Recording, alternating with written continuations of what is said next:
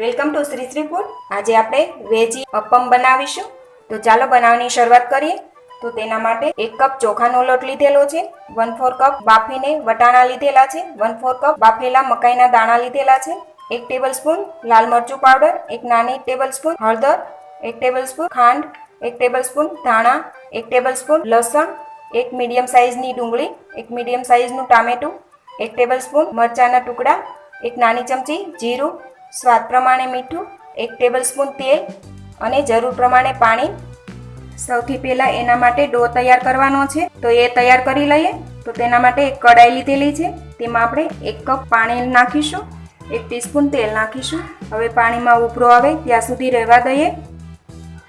હવે પાણીમાં ઉભરો આવવાની તૈયારી થઈ ગઈ છે। હવે તેમાં ચોખાનો લોટ નાખીશું, સ્વાદ પ્રમાણે મીઠું પણ નાખીશું, બધું બરાબર મિક્સ કરી લઈએ। લોટ ને પાણી બધું બરાબર મિક્સ થાય એ રીતે મિક્સ કરી લઈશું। અત્યારે આપણે 1 કપ ચોખાનો લોટ અને સામે 1 કપ પાણી લીધેલું છે, બધું જ બરાબર મિક્સ થઈ ગયું છે। હવે તેને ઢાંકીને 10 મિનિટ માટે રેસ્ટ આપીશું। ગેસ બંધ કરી દઈએ। ઢાંકીને રાખવાથી તેની અંદર જે વરાળ છે તેનાથી લોટ બફાઈ જશે। લોટને રેસ્ટ આપીએ ત્યાં સુધીમાં સ્ટફિંગ તૈયાર કરી લઈએ। વળી એક કઢાઈ લઈ તેમાં 1 ટેબલસ્પૂન તેલ લઈશું।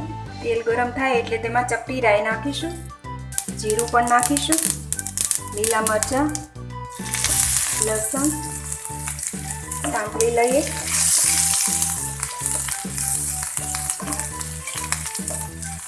હવે ડુંગળી નાખીશું, મિક્સ કરી લઈએ। ડુંગળીને પણ આપણે થોડી વાર માટે આ રીતે ચડવા દઈશું। ડુંગળી થોડી ચડી જાય ત્યારબાદ તેમાં ટામેટું નાખીશું। ટામેટાને પણ થોડી વાર માટે ચડવા દઈશું।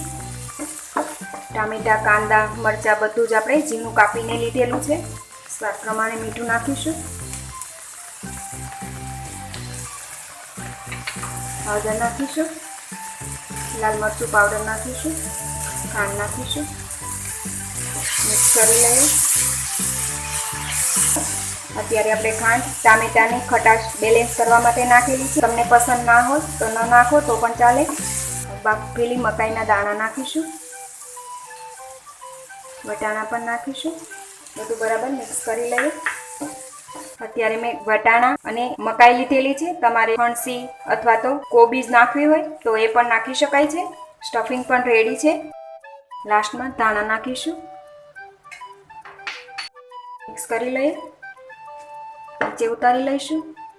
હવે ચોખાના લોટને હાથથી થોડો મસળી લઈશું, થોડું તેલ નાખીશું, થોડો ગરમ હોય ત્યારે જ તેને મસળી લેવું। હવે તેને આ રીતે મસળીને તૈયાર કરી લઈએ, સ્મૂથ થાય એ રીતે તૈયાર કરવાનો છે। એ પહેલાં જો તમે હજી સુધી અમારી ચેનલ સબસ્ક્રાઇબ નથી કરી તો પ્લીઝ અહીંયા ક્લિક કરો એટલે સબસ્ક્રાઇબ થઈ જશે અને બેલ આઇકન પર ક્લિક કરશો એટલે તમને અમારા નવા વિડીયો મળતા રહે। અને વિડીયો પસંદ આવે તો પ્લીઝ લાઇક પણ કરો અને તમારા ગ્રુપમાં શેર પણ કરવાનું ભૂલતા નહીં। હવે આ લોટ આપણો તૈયાર છે। હવે આપણે સેવ બનાવવાનો સંચો લઈશું। સેવ બનાવીએ તે જ જાળી લીધેલી છે।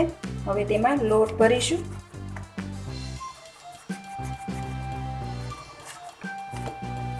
બંધ કરી દઈએ।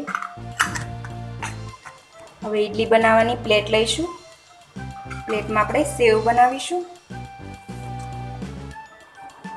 આ જ રીતે આપણે બધી ઈડલીની સ્ટેન્ડમાં સેવ બનાવીને તૈયાર કરી લઈએ। હવે આપણે બધા જ ખાનામાં સેવ બનાવીને તૈયાર કરી લીધેલી છે। હવે તેના ઉપર સ્ટફિંગ બનાવેલું છે તે મૂકીશું।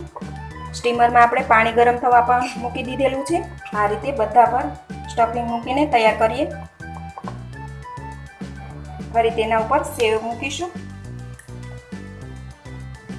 આ રીતે સેવ મૂકીને તૈયાર કરીશું। હવે આપણે આ પ્લેટ તૈયાર છે, તેને આપણે સ્ટીમ થવા મૂકી દઈએ। હવે તેને ઢાંકીને 10 થી 15 મિનિટ માટે સ્ટીમ થવા દઈશું। હવે આપણે 10 થી 15 મિનિટ બાદ ચેક કરી લઈએ, બહાર લઈ લઈએ। હવે આપણે વેજી અપમને એક પ્લેટમાં લઈશું। આ રીતે તે આરામથી નીકળી જાય છે। આ જ રીતે આપણે બધા જ નીકાળી તૈયાર કરી લઈએ। વેજી અપમને અત્યારે આપણે ચોખાનો લોટ યુઝ કરીને બનાવ્યા છે। તમે તેને ઘઉંનો લોટમાં, બાજરીના લોટમાં, જુવારના લોટમાં, કોઈ પણ લોટમાં બનાવી શકો છો। આ વેજી અપ્પમને તમે ધાણા ફુદીનાની ચટણી સાથે, દહીં સાથે અથવા તો કેચઅપ સાથે ખાઈ શકો છો. તો એકદમ ટેસ્ટી અને હેલ્ધી વેજી અપ્પમ તૈયાર છે. તો તમે પણ આ રીતે જરૂરથી બનાવજો અને તમારા એક્સપિરિયન્સ શેર કરજો. તો ફરી મળીશું એક નવી રેસીપી સાથે.